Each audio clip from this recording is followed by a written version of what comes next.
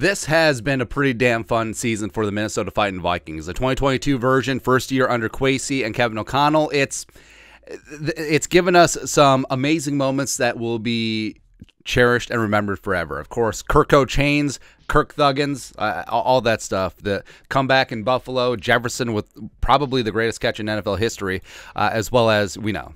Yeah, the largest comeback in NFL history. What's in that Gatorade, Kirk? Like, are you on the diesel?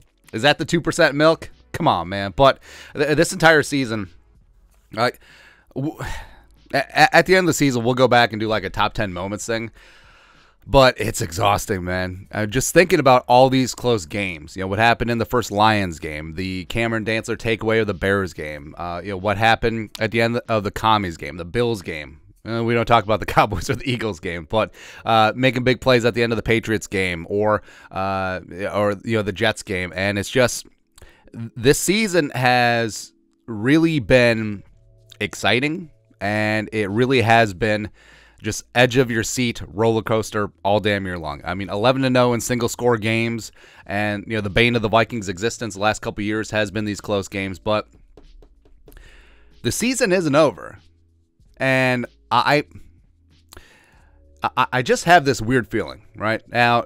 It's very easy to look at what's going on with the Vikings this year. It's like, okay, first-year head coach, competitive rebuild, Vikings going 13-4, wanting some more, winning the division with multiple weeks left in the season. I mean, the Vikings are playing over their skis to a degree. The Vikings are playing with house money, certainly.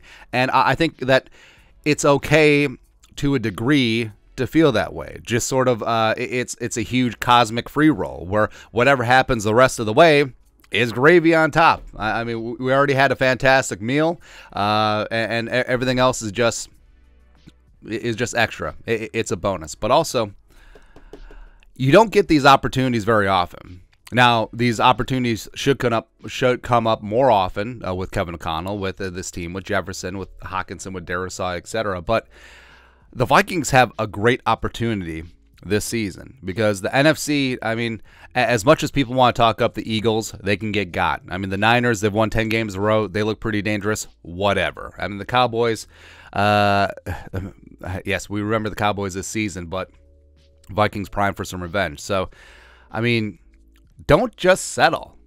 Don't just be like, okay, Vikings win 13-4. Maybe they win a playoff game and then they bounce out in the divisional round. Blah blah blah. It's okay, but still a good season.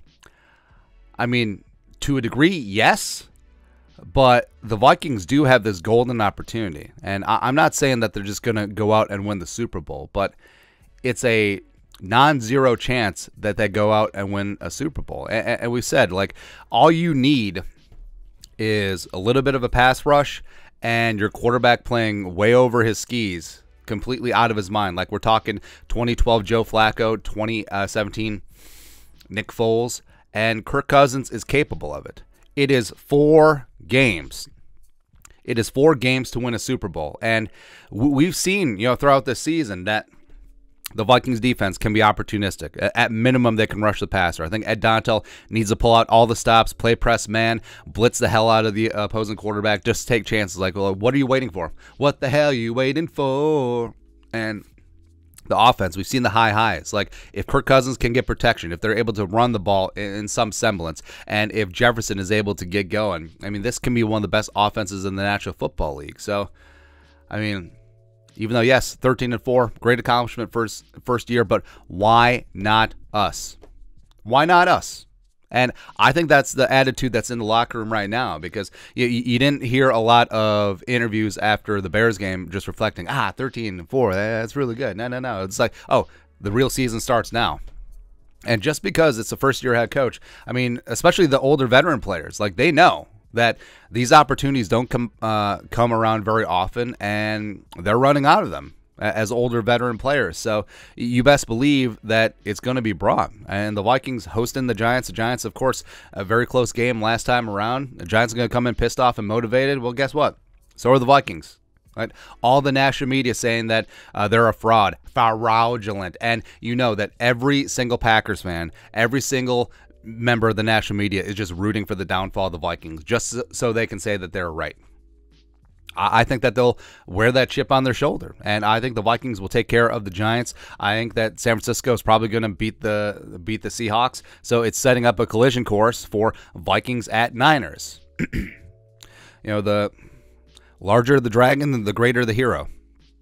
And the Niners will be coming in on an 11-game winning streak. Everyone will be creaming in their jeans about Brock Purdy, the best defense in the NFL. But guess what? We got Jefferson. Guess what? We got Kirky with Jerome, Ezekiel Cousins. That's right, Kirk Thuggins. Woo! That's right, man. And this season just seems so weird, where the ball bounces the Vikings' way. Their backs are up against the wall. They make a big-time play. They get things done. And I don't think that this story is over. I really don't. So it's one game at a time. But overall, it's 4 games. 4 games to win a Super Bowl. Don't just be satisfied with 13-4. Again, you could look at it as house money. You could look at it as a complete free roll. I get it. I understand it. And to a degree, I believe it too. But the story of the 2022 Vikings, it ain't finished. Got multiple chapters left, and I can't wait to read it. Anyways, your thoughts are thoughts. Don't be happy just being here. A lot of work left to do. Let us know your thoughts and our thoughts in the comment section below. Subscribe for daily Vikings takes. Want to support the work? Put a little something in the Venmo. But till next time, Skol, production value.